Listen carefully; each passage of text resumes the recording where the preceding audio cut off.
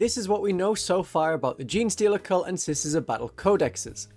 The pre-orders have been announced for next weekend, so this is the notice to pre-order. The pre-pre-order. So the codex should be out on the 15th of June. Both of them! At the same time! Because Games Workshop hates me specifically and wants to see me bounce painfully between both my main factions. Don't worry! Hopefully they get leaked on separate days. Every other codex has so far. So while this is what we know at the moment, expect some small part of this to change in the next 12 hours after release. I will be covering the changes as we go in the run-up to the launch, and then I'll be looking into ways to play, the unit changes, and good ideas as we go into the future. A lot like the videos already on this channel. We've got some dice! And these are readable dice for the Genestealer Cult, unlike the prior set where you could see through them, so from every single angle you always rolled a 7. Don't buy dice. You can get dice in any game shop. I have some purple dice with white spots. They look like Genestealer Cult dice. The new Sisters of Battle dice are not that easily readable, but they are better than the previous sets. And the Prior Nexus cards for the missions, which is going to be a whole new mission deck, they're on notice for pre-order next weekend. There are also objective marker mats. Very useful. This means you're never in doubt as like, oh, are we within 3 inches of the objective marker? You can see if you are, because if your model is on part of the mat, you are within 3 inches of that objective. And now that Age of Sigmar has the same objective range, 3 inches from the objective marker, these will work in fantasy games or in 40k. Rather than buying the ones through Games Workshop, make your own, or use Etsy, or somewhere like Fenris Workshop, or the Wargames portal. Using these affiliate links is much cheaper than whatever Games Workshop prices are, and Games Workshops are currently unavailable. These are available now. So use the affiliate link in the description to go to the markers I recommend, and they will know Von Carmian sent you. There is a secret channel ranking on sales for Wargames Portal, and we are number 2 behind someone called Auspex Tactics. Only you can get us to number 1. The Shield Captain and the Orc Big Mech are going to be sold separately. This is after they were previously in their Battleforce launch boxes, so the Benefactus and the Flying Canoness, if you can wait 2 months, they will be available separately to their Battleforce boxes. Or you just kit bash your own, as I've seen and encouraged many people to do. You can show off your models in my Discord group if you like, linked in the description. The Genestealer Cult contents page was shown off, and if we zoom and sort of enhance, we can make out some of the words. Almost all of the words. There's a change for the Acolyte hybrids. Oh my, I'm seeing double. 4 Acolytes. I need to take some cold medicine. Okay, we're down to like 3 hybrids now. They did get split, but not into ones with mining tools and ones with demolition charges. Well, not necessarily, but into Acolytes with auto pistols and ones with hand flamers. Why? Because hand flamers are better, but cost the same points. This is because this edition has no points costs. Just the unit cost, nothing extra for any kind of weapons. So in the index, you could have 5 Acolytes with auto pistols and their claws, and that would cost the same as a squad with 2 demolition charges, 2 hand flamers, and a cult icon. So we're going to get 2 different kinds of Acolyte hybrids, but will their unit rules be different? Like this rule, where they get the rerolls, will one focus on shooting and one on combat? Now this really sucks if you got into Genestealer Cult this edition, and now find that the hand flamer version is not the version that you want. Hopefully you don't have the monopose ones from Overkill if it turns out that the auto pistol version is not the one you want. I do have quite a lot of them. Now these different types of Acolyte hybrid should get the different special weapons, otherwise it is a futile distinction. I'm expecting the auto pistol version has the mining tools, the hand flamer version has the demolition charges. It's weird if not. Because what about metamorphs? They are still around, but they can also have hand flamers or auto pistols. Why didn't they get split? What gives? So that's what makes me think that the Acolytes are being split because of the special weapons that they could take. Otherwise, for metamorphs, what kind of pistol do they have? Do they have generic pistol? Do they not have a pistol? They all have hand flamers as default, but this is what makes me think that the pistol distinction is why there will be a limit on weapons for the Acolyte hybrids. Now remember, this isn't a rumor. This is based on a page that Games Workshop showed off on their YouTube channel. As we have quite a small range for the Genestealer Cult, you'll be glad to know that all other units still exist. And we get the Benefactors, who can join Neophytes and presumably Acolytes of both kinds? Of one kind? And that will grant lethal hits. Presumably all the time, not just with shooting attacks. They also have a psychic attack, but it doesn't necessarily have the anti-tank keyword. It may just be like a las cannon, but it is a psychic attack. Sort of like the Zoanthrope from which it takes its cue. There is no Brood Brothers unit entry, as I predicted. So this squad from Kill Team is just a Cadian squad attached to the army with the Brood Brothers rule. So let's talk about the Brood Brothers rule and the detachments for the Genestealer Cult. One detachment is called the Brood Brothers Auxilia. That is what the word should be saying there. I think you can guess that the theme is the Hive Cult. Brood Brothers are limited to one of the detachments only. In that detachment, you can have up to 50% of your army from the Astra Militarum line. I have a separate video on this detachment, but it very much sucks if, like me, you have a small number of very thematic Genestealer Cult Astra Militarum units, but not enough to make the detachment work, because you really want to be closer to that 50% limit, and these units are no longer allowed in other Genestealer Cult detachments. But thank you for the comments from non-Genestealer Cult players who have said, if you still want to run 25% Brood Brothers in any detachment, I will happily play you. That means a lot. The detachment can be fun, but it seems a bit half-baked. Is it for tournament balance, so that points changes or unit changes for a struggling Astra Militarum in the meta don't accidentally boost the Genestealer Cult? So this is a thematic detachment, but not expected to be the best competitively? And what about the Blast Weapon? This stratagem lets you shoot into combat. The Blast Weapon doesn't let you shoot that weapon into combat. I'm assuming that the stratagem counters this blast rule, but this is a bit of a rules tangle mess. A standout unit for this detachment are the Kazakin. Taking them seems a good choice. They can help to trigger the detachment special rule and cause damage at the same time. They can return with this stratagem, and 10 of them are more likely to die quickly than 20 infantrymen, as the Kazakin pop in, shoot up a bunch of the enemy, and then die. Kazakin can also give themselves an order. That is their unit rule. They get to use the Imperial Guard orders even though it is not an ability on their datasheet, much like how this stratagem lets them use Cult Ambush even though they don't normally have access to the Cult Ambush ability. My video on Brood Brothers explains the order thing in more detail, as well as which Astra Militarum units will work well in this detachment. Because the stratagem talks about Cult Ambush, we know that Cult Ambush will still be the army rule and will likely stay in its current form.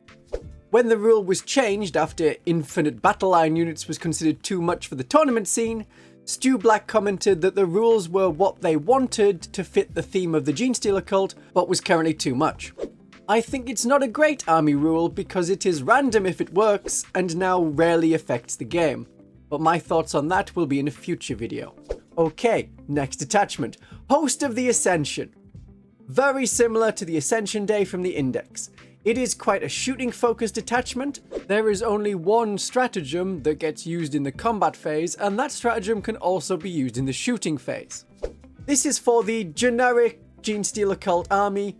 Ascension Day comes, this is the Cult of the Four-Armed Emperor. It may also work for the Bladed Cog, if you think that the Adeptus Mechanicus that the Genestealer Cult have infiltrated are a more shooting-focused army. It'll depend on the enhancements that appear for the theme. We are also going to get the Xeno Creed Congregation. This is the detachment that lets you go Horde mode. So you have hordes of battle line units, very useful in the Pariah Nexus mission deck. That's why I mentioned it earlier in the video.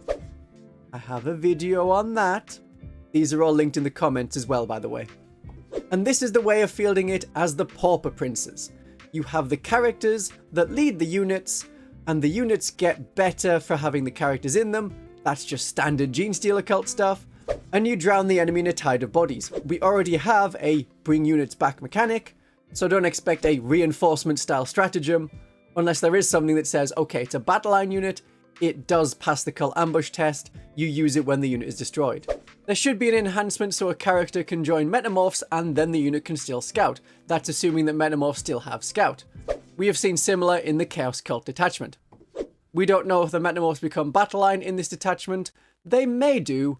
Games Workshop hasn't shown off all of the rules for these detachments yet. The next detachment we know is called the Biosanctic Brood Surge. It is the melee-focused detachment. The battle force is named after this detachment. It gives you a boost to the Aberrants and other combat units like the Genestealers. This is the Twisted Helix style detachment. Your big monsters go smash. There is still versatility within these detachments. You play Biosanctic Brood Surge because you want to have Aberrants attacking from Deep Strike. I play Biosanctic Brood Surge because I want to boost my Pure Strains so that they can charge very easily in the first turn. We are not playing the same way. And just because you have keywords with a focus on certain units doesn't mean that all of your other units become pointless. Even when we only had the Ascension Day Index detachment, there were still a lot of different ways and tactics to play the Genestealer Cult. It wasn't all demolition charges and guns. We saw Pure Strain heavy lists, we saw Aberrant heavy lists, all of which, because of the units themselves, can still work in any of the detachments. Just because you don't have 30 Aberrants doesn't mean you can't play Biosanctic Brood Surge. Then we have the Outlander Claw. It's the one that focuses on bikes and the vehicles and is Rusted Claw style. I have a video about this, where I show off this mechanized style of play, but in the Ascension Day detachment. I also recommend looking up this section in my larger How to Win with the Genestealer Cult video that has a more up-to-date version. The detachment rule for the Outlander Claw is Rapid Takeover, which gives you bonus objective control for mounted units, which is the Jackal Bikers, and the vehicles, and it gives the Atlan Jackals the Sticky Objectives rule, which is this rule here, but we call it Sticky Objectives because there are so many units in 40k that have a very similarly worded rule. In a similar line to the Orc Speed Freak detachment, maybe a stratagem that allows Jackal Bikers or vehicles to advance and still shoot, or fall back and still shoot. If you want to get a better idea of the sort of thing we can look at the Orc Cult of Speed detachment. All factions get a new Combat Patrol when their codex is released. While the older one is still valid for play in Combat Patrol games, it will be swapped out on the shelves and no longer available to purchase. At least not through Games Workshop. Affiliate links, check them out. They're in the description. And I have videos analysing the new Genestealer Cult Battleforce and Combat Patrol, and another video analysing the Battle Sisters, Combat Patrol and Battleforce. Okay, that's enough cultists. Let's talk about the sisters. Pious Vaughn has been clipped out of Blackstone Fortress and the game Darktide, but this sprue is now available separately. Expect Pious Vaughn to cost about £22 with the new price increase.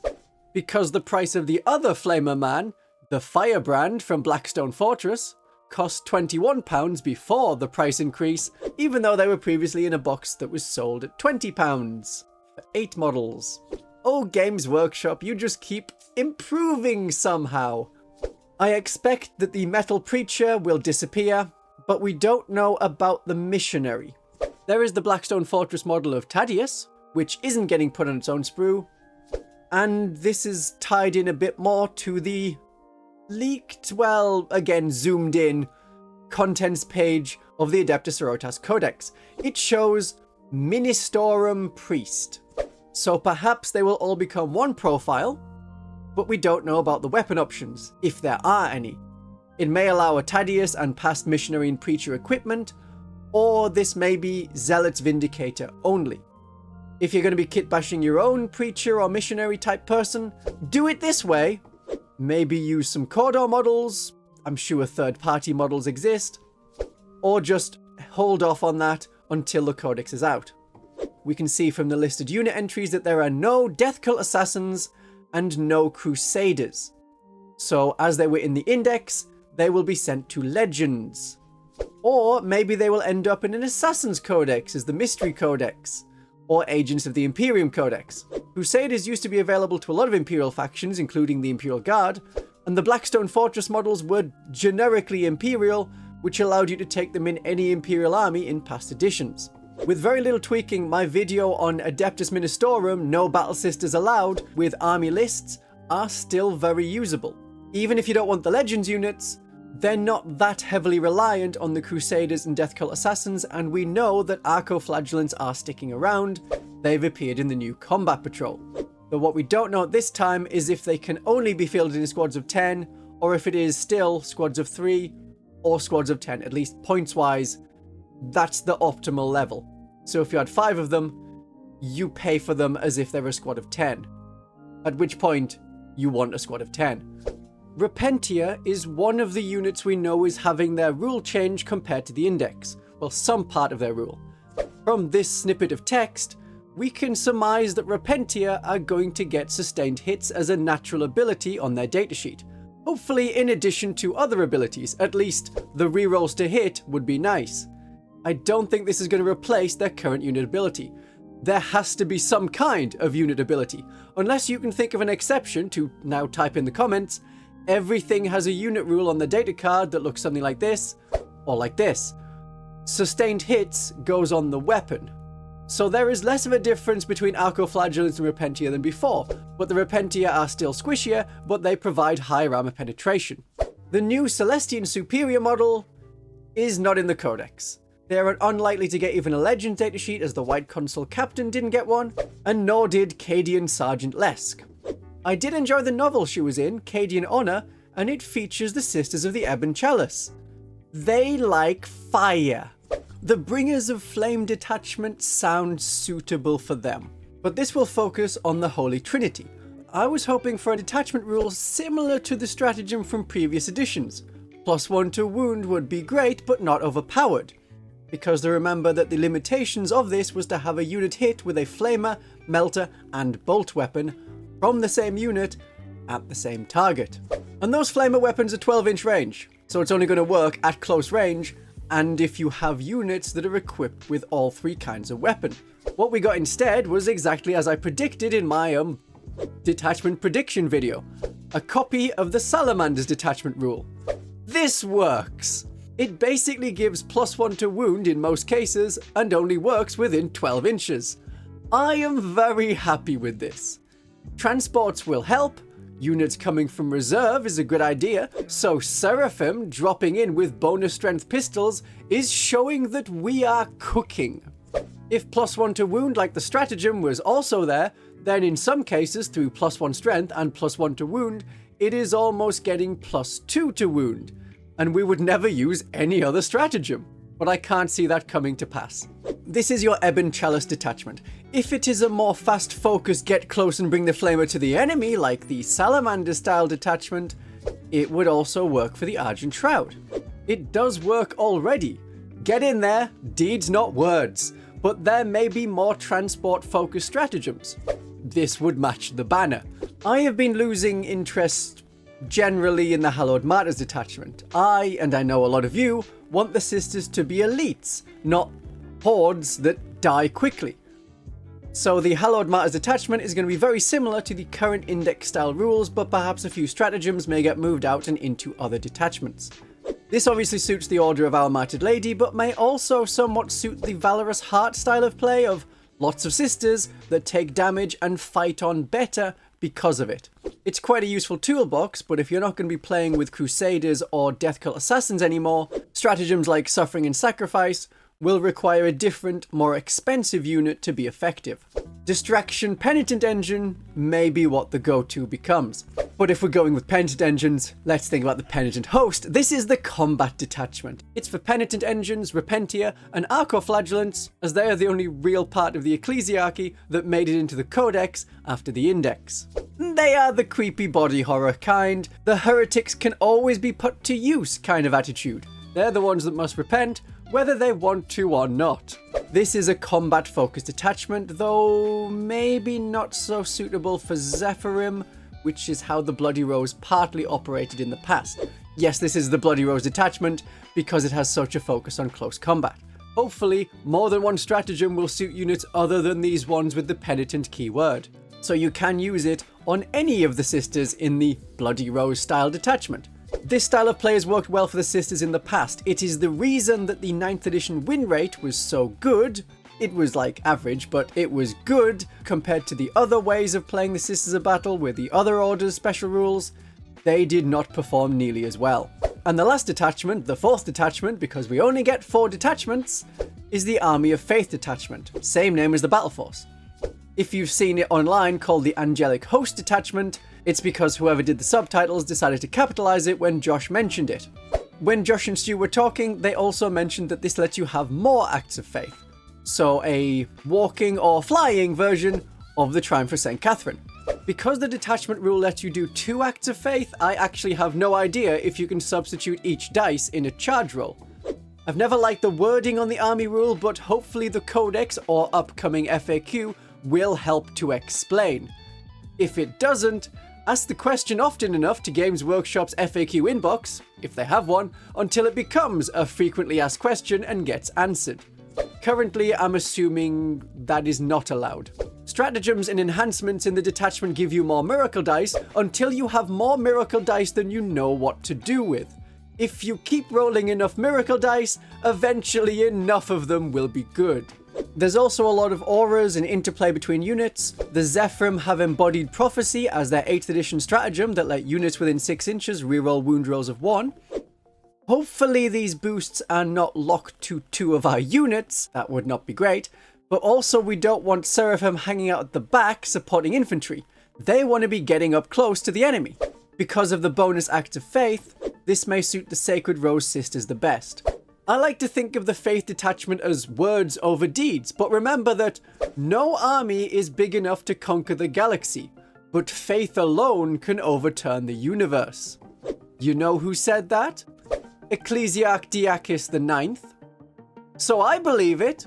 I've been to a lot of community halls to play war games, and maybe you remember in school that there was often an inspirational board up with quotes of famous people. They would have Martin Luther King, Churchill, and more people, and proudly declare deeds, not words.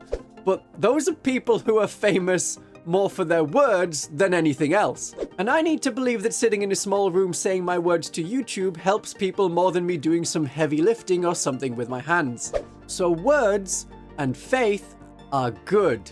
If you want to know more about these detachments in detail, I already have dedicated videos for the Genestealer Cult and Sisters of Battle for you to enjoy. My darlings and viewers, I'll see you again very soon for the next news update. Have a great day of 40k.